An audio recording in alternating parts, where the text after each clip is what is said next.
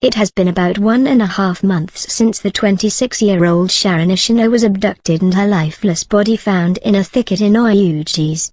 On Thursday, she returned home in a brown coffin. Her mother Melida Orma fainted after being overwhelmed by emotion as the body arrived at their homestead. Not even the ones who had braced themselves to comfort her managed to catch her in time.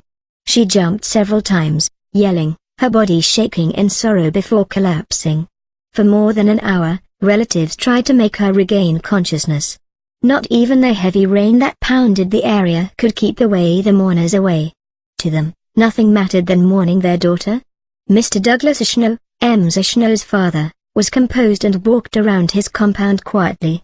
He preferred to be left alone and only shook his head when the Nation team approached him.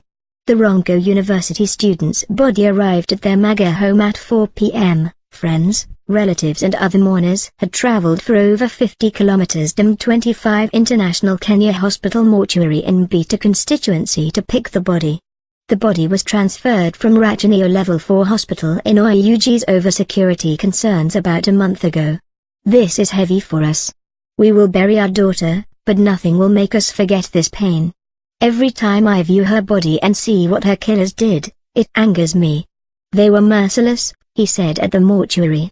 He added that words cannot express the family's agony, no wailing can heal their hearts and no amount of tears can describe their loss.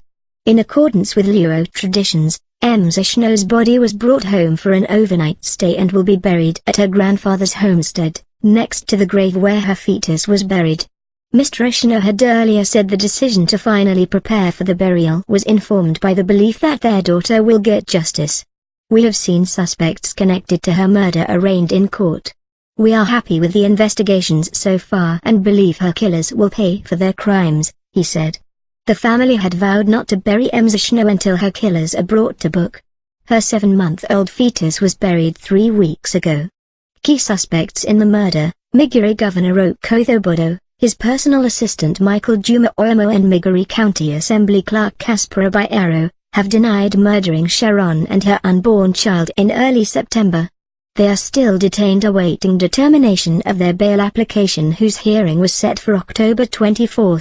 Mr. Obodo fell ill at Industrial Area Remand Prison and is receiving treatment at Kenyatta National Hospital.